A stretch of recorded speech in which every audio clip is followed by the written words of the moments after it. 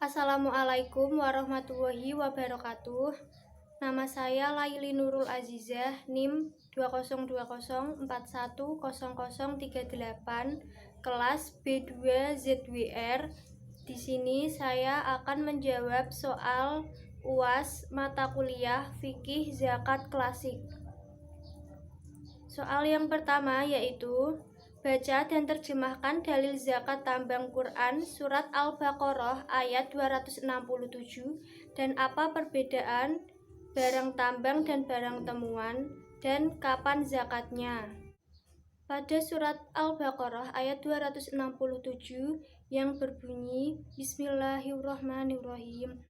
Ya ayyuhalladzina amanu anfiqu min thayyibati ma kasabtum wa mimma akhrajna lakum minal ardh wa la tayammamul khabitha minhu tunfiquna wa lastum biakhidhihi illa an tudmizu fihi wa'lamu annallaha ghaniyyun hamid, yang artinya, wahai orang-orang yang beriman, infakkanlah sebagian dari hasil usahamu yang baik-baik dan sebagian dari apa yang kami keluarkan dari bumi. Janganlah kamu memilih yang buruk untuk kamu keluarkan, padahal kamu sendiri tidak mau mengambilnya, melainkan dengan memincingkan mata, enggan terhadapnya. Dan ketahuilah bahwa Allah Maha Kaya, Maha Terpuji. Dan perbedaan barang tambang dan barang temuan. Ma'din atau barang tambang adalah segala benda berharga yang ditemukan dari perut bumi, seperti emas, perak, permata, besi, timah, tembaga, dan lain-lain. Apabila telah mencapai nisab, maka wajib dizakati sebanyak 2,5%, dan zakat dikeluarkan pada saat barang tambang itu diperoleh sehingga tidak perlu menunggu sampai 1 tahun.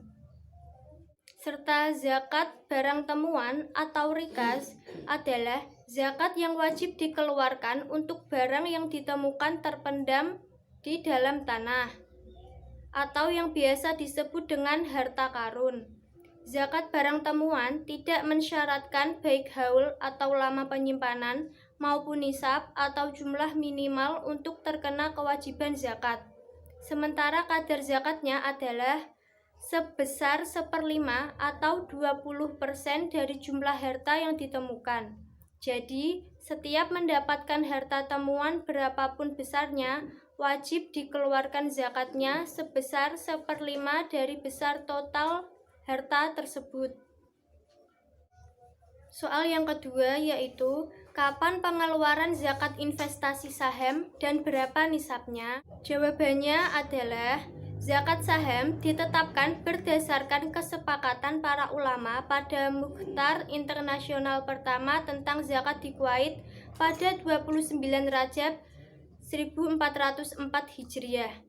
Zakat saham wajib ditunaikan jika nilai saham bersama dengan keuntungan investasi sudah mencapai nisab dan sudah mencapai haul. Adapun nisab zakat saham sama nilainya dengan nisab zakat mal, yaitu senilai 85 gram emas dengan tarif zakat 2,5% dan sudah mencapai 1 tahun atau telah mencapai 1 haul.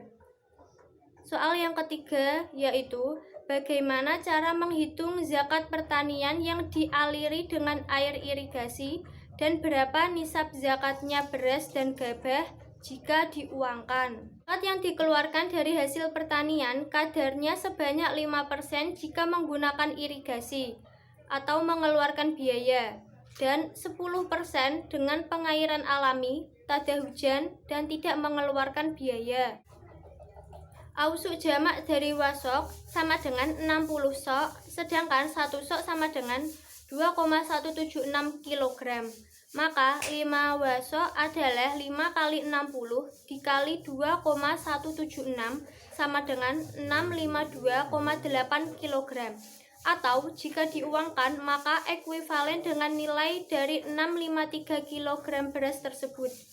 Jika menghitung dengan gabah atau padi yang masih ada tangkainya, Maka mempertimbangkan timbangan berat dari beras ke gabah adalah kurang lebih 1 ton, atau mempertimbangkan berat dari beras ke padi yang masih bertangkai. Soal nomor 4 yaitu bagaimana pendapat para ulama tentang zakat profesi dan bagaimana zakat profesi di Indonesia.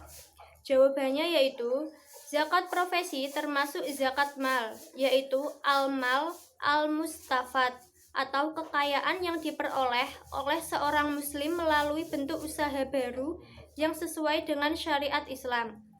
Para ulama sepakat bahwa harta pendapatan wajib dikeluarkan zakatnya apabila mencapai batas nisab. Adapun nisabnya sama dengan nisab uang dengan kadar zakat 2,5%. Dalam harta profesi ini, para ulama berbeda pendapat dalam hasil pendapatan.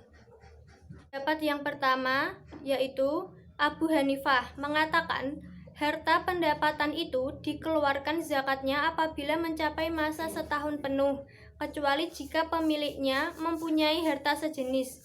Untuk itu, harta penghasilan ini dikeluarkan pada permulaan tahun dengan syarat sudah mencapai batas nisab. Yang kedua, pendapat Imam Malik, yaitu bahwa zakat dari harta penghasilan tidak dikeluarkan sampai 1 tahun penuh, baik harta itu sejenis dengan harta pemiliknya ataupun tidak sejenis. Pendapat yang ketiga yaitu Imam Syafi'i dan Imam Ahmad, yaitu bahwa zakat dari harta penghasilan itu dikeluarkan bila mencapai waktu 1 tahun meskipun ia memiliki harta sejenis yang sudah cukup nisab. Zakat profesi di Indonesia sebagai pendorong pertumbuhan ekonomi sangat besar. Namun, potensi tersebut belum dikelola dan disalurkan secara profesional.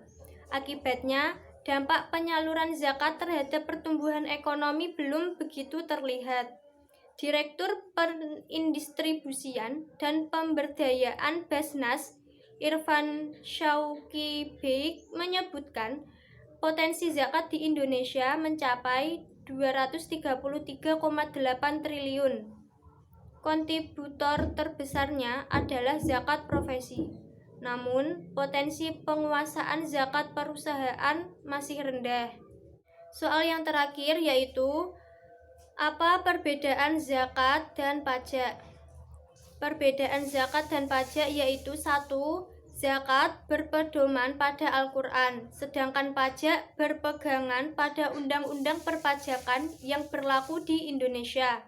Yang kedua, zakat merupakan ibadah yang jika melanggarnya tidak akan dikenai hukuman secara langsung, sedangkan pajak merupakan kewajiban yang jika tidak dilaksanakan akan menerima sanksi dan hukuman administratif serta pidana pajak secara langsung dari negara.